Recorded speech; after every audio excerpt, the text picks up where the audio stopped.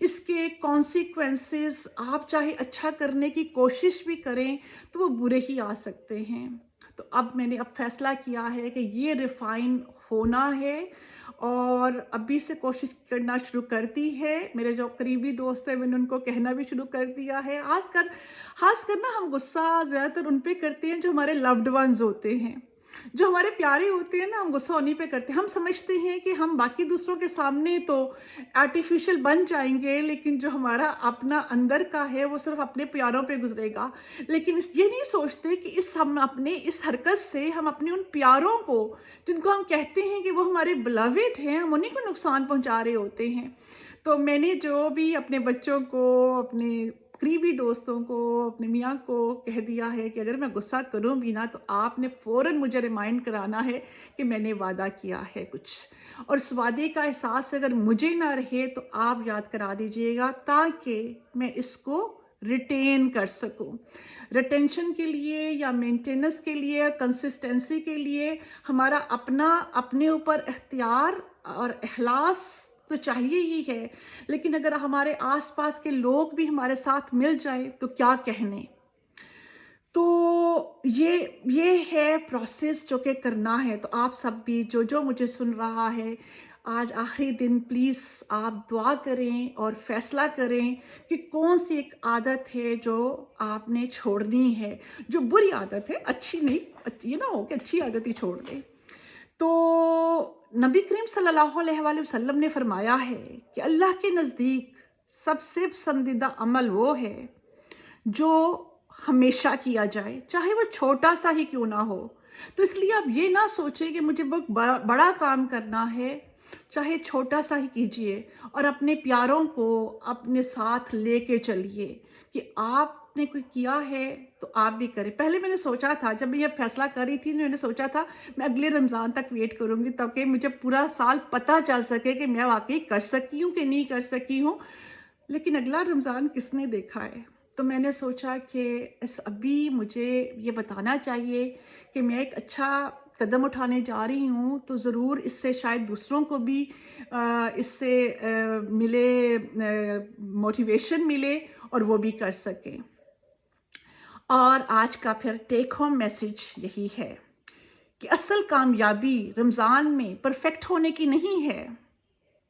آپ سب کچھ تھام کر آگے نہیں بڑھ سکتے.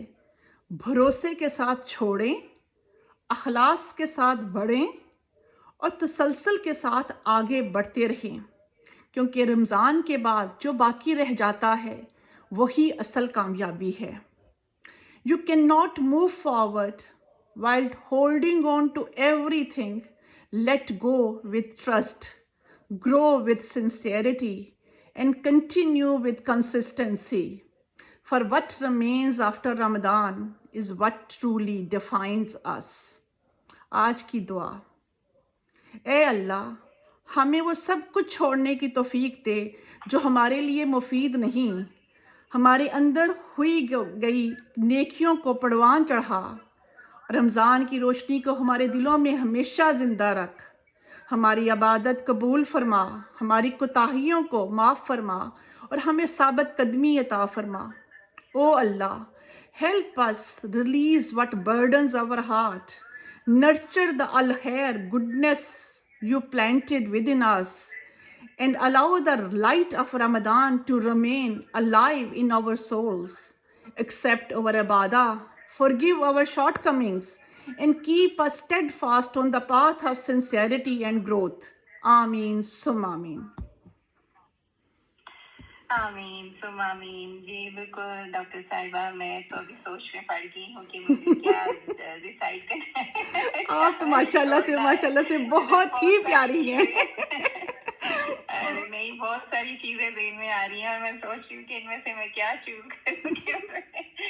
بس اللہ تعالیٰ ہم سب کو توفیق دے. واقعی یہ بالکل، اگر ایک چیز ہم میں کوئی پازیٹیو چینج نہیں لے کے آتا ہر رمضان، یا میں ہمیشہ اپنی برتھ ڈے پہ پرومس کرتی ہوں کہ میں یہ چیز بدلاؤ لاؤں گی، تو پھر وہ سال سمجھیے کہ بالکل ضائع ہی ہو گیا. تو ہوں بالکل ڈیفینیٹلی ہر بڑھتے ہوئے میچورٹی کے ساتھ ایک پازیٹیو چینج ضرور آنا چاہیے. بالکل ڈاکٹر صاحبہ میں اپنی طرف سے تمام لسنرز کی طرف سے میری ٹیم کی طرف سے بہت بہت تہہ دل سے آپ کا شکریہ ادا کرتی ہوں کہ اتنا ارلی ایوری مارننگ آپ میرے ساتھ شامل ہوتی رہی ہیں. اور ماشاء اللہ بہت ساری بہنیں جو ہیں وہ انہوں نے کافی کچھ سیکھا بھی ہے اس سے، اور پھر وہ جا کے آپ کے یوٹیوب چینل پہ بار بار سنتی بھی ہیں. اس سے سبق ان کو بہت وہ کہتے ہیں کہ ہمیں ملا ہے، اور بہت ساری ان کے جو سوالات تھے ان کے جوابات ان کو ملے ہیں. تو بہت بہت شکریہ. اللہ تعالیٰ آپ کو اجر عظیم اس کا عطا فرمائے. جو ایک نیک بات ہے اور جو کوئی بھی اچھی بات بتانا اور پھر لوگوں کی زندگی بدلنا، اس سے بڑی میں کہتی ہوں کوئی نیکی ہو ہی نہیں سکتی، اور وہ آپ نے بخوبی اس رمضان کمائی ہے. تو جزاک بہت بہت اللہ خیر شکریہ آپ کا. جزاک اللہ خیر ثانیہ، جی آپ کا ساتھ تو ہمیشہ ہی بہت خوبصورت رہتا ہے جزاک اللہ. انشاءاللہ دیکھیں ابھی چاند آج بالکل دیکھیں گے کیا صورتحال ہوتی ہے. ویسے آپ کو آج کا جمعہ بہت بہت مبارک ہو، 29 روزہ بہت مبارک ہو، اور اگر چاند نظر آنے کی صورت میں ہماری طرف سے آپ کو ایڈوانس میں عید مبارک. آپ کو بھی بہت بہت عید مبارک، اور سب سامعین کو بھی میری طرف سے بہت بہت عید مبارک. انشاءاللہ تعالیٰ زندگی رہی تو کل ملیں گے، اور زندگی رہی تو اگلے رمضان میں ملیں گے انشاءاللہ تعالیٰ. السلام علیکم ورحمۃ اللہ وبرکاتہ.